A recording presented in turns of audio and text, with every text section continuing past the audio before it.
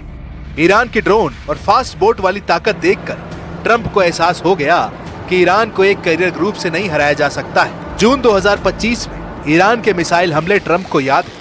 हालांकि वो अब ईरान को ऑपरेशन मिडनाइट हैमर की याद दिला रहे हैं, जिसके जरिए उन्होंने ईरान के परमाणु ठिकानों को पूरी तरह तबाह करने का दावा किया था। And in June we obliterated Iran's nuclear capacity in Operation Midnight Hammer. You saw that. People have been waiting for 22 years to do that, and we were right at the end. They were about a month away from having a nuclear weapon. We had to do it. And by the way, there's another beautiful armada floating beautifully toward Iran right now. So we'll see. I hope they make a deal. I hope they make a deal. They should have made a deal the first time they'd have a country. America ने Iran के खिलाफ समुद्र में दूसरा aircraft carrier उतार दिया है, यानी ईरान का शिकार करेंगे अमेरिका के 2 बैटल ग्रुप। पहला है यूएसएस अब्राहम लिंकन, जो हिंद महासागर में पहुंच चुका है, और अब दूसरा कैरियर यूएसएस जॉर्ज बुश भी रवाना कर दिया गया है। आखिर ट्रंप को यह फैसला क्यों लेना पड़ा? क्या ईरान के पलटवार वाली वार्निंग ने पेंटागन को डरा दिया है? आखिर ट्रंप को परमाणु पावर से चलने वाले 2 एयरक्राफ्ट कैरियर की जरूरत क्यों पड़ी?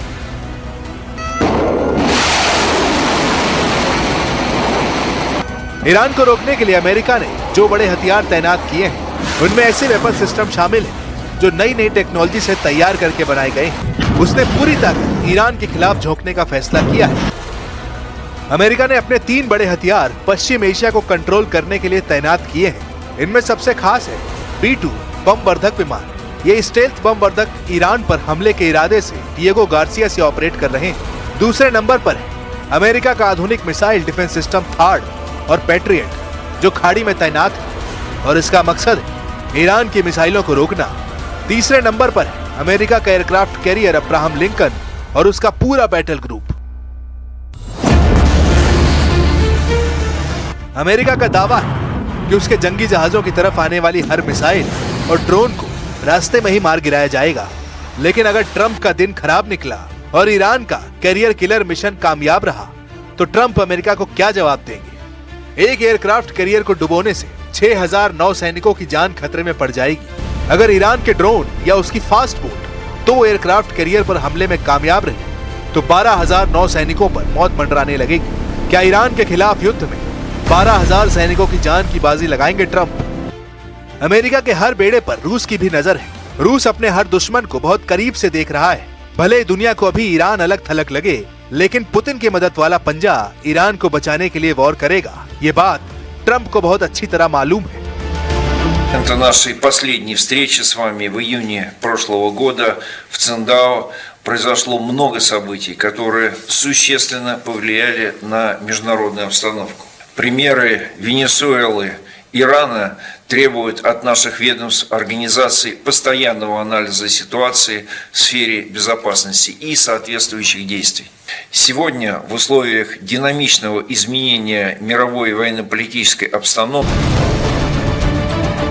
डोनाल्ड ट्रंप के लिए बड़ा सिरदर्द सिर्फ ईरान ही नहीं बल्कि पुतिन बन चुके हैं। खार्किव में यूक्रेन की टीम पर रूस ने ड्रोन अटैक किया। इस हमले में 4 लोगों की मौत हुई। जेलेंस्की ने इसे आतंकी हमला बताया है। एक और फ्रंट उत्तर कोरिया है, जहां किम जोंग उन के ऑर्डर पर एक बैलिस्टिक मिसाइल टेस्ट की गई है। इस मिसाइल टेस्ट से दक्षिण कोरिया और जापान में दहशत फैल गई है। किम जोंग क्या सिग्नल दे रहे हैं? अब ट्रंप की फौज इसे डिकोड करने में लगी है। लेकिन बड़ा मैसेज साफ नजर आ रहा है कि ईरान के खिलाफ युद्ध करने को तैयार ट्रंप के खिलाफ कई मोर्चे एक्टिव हो गए हैं।